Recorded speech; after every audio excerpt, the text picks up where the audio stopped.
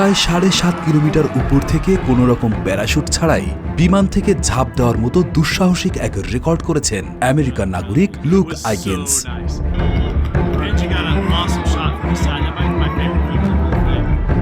আকাশ থেকে মাটিতে পড়তে তার সময় লেগেছিল প্রায় ২ মিনিট।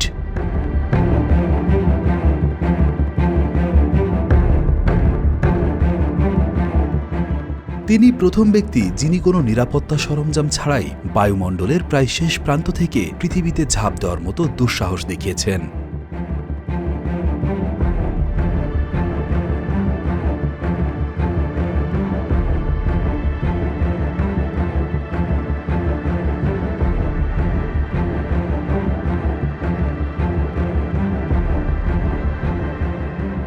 যদিও বিশাল একটি জালের উপরে মোটামুটি নিরাপদেই মাটিতে অবতরণ করেছিলেন এই দুঃসাহসী প্রফেশনাল স্কাইডাইভার। তিনি একাধারে একজন পাইলট, স্ট্যান্টম্যান, স্কাইডাইভার এবং এরিয়াল ফটোগ্রাফার।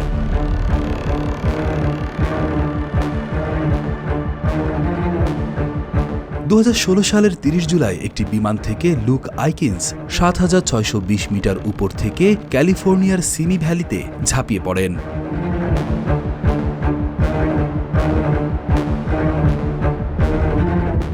দর্শকেরা সরাসরি তার এই দুঃসাহসিক কর্মকাণ্ড অপার বিস্ময়ে প্রত্যক্ষ করে। প্রায় ২ মিনিট মুক্তভাবে পতনের পর আইকেন্স সফলভাবে ক্যালিফোর্নিয়ার সিমি ভ্যালির ঠিক বাইরে ১০০ ফুট দৈর্ঘ্য ও ১০০ ফুট প্রস্থের একটি জালের উপরে অবতরণ করেন।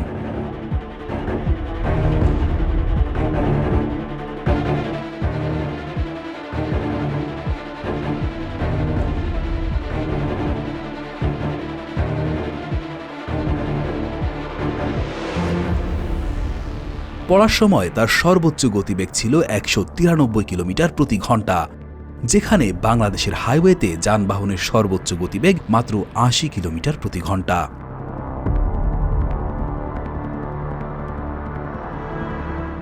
তাকে বাঁচানোর জন্য যে জালটি তৈরি করা হয়েছিল সেটি ছিল উচ্চ ঘনত্বের পলিথিন কর্ড দিয়ে তৈরি, যা স্পেকট্রা নামে পরিচিত।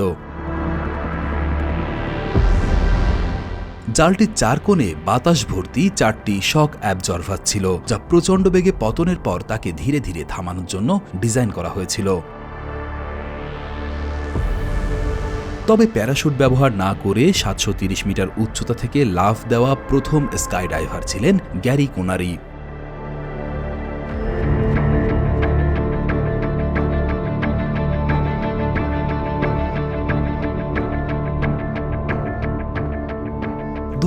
সালে উইংস্যুট পরে ইংল্যান্ডে তার নিজের শহর হেনলি অন টেমসে একটি হেলিকপ্টার থেকে লাফিয়ে পড়েন তিনি।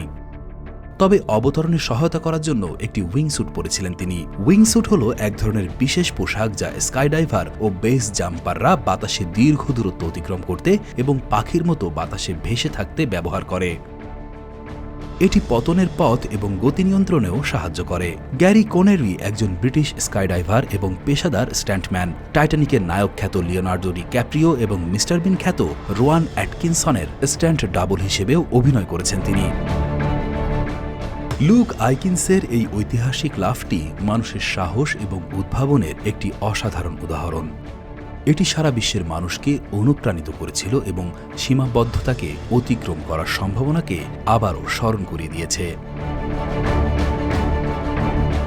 তবে প্যারাশুট ছাড়াই বিমান থেকে ঝাঁপ দেওয়া অত্যন্ত বিপজ্জনক এবং মৃত্যুর কারণ হতে পারে। তবে কিছু বিশেষ পদ্ধতি ব্যবহার করে কিছু স্ট্যান্টম্যান এই ঝুঁকি নিয়ে ঝাঁপ দিতে সক্ষম হন এবং বেঁচেও ফিরতে পেরেছেন। তবে সবার ভাগ্য ভালো হয় না। অনেকের ক্ষেত্রেই স্কাইডাইভিং হয়েছে অসহায় এবং নির্মম মৃত্যুর কারণ।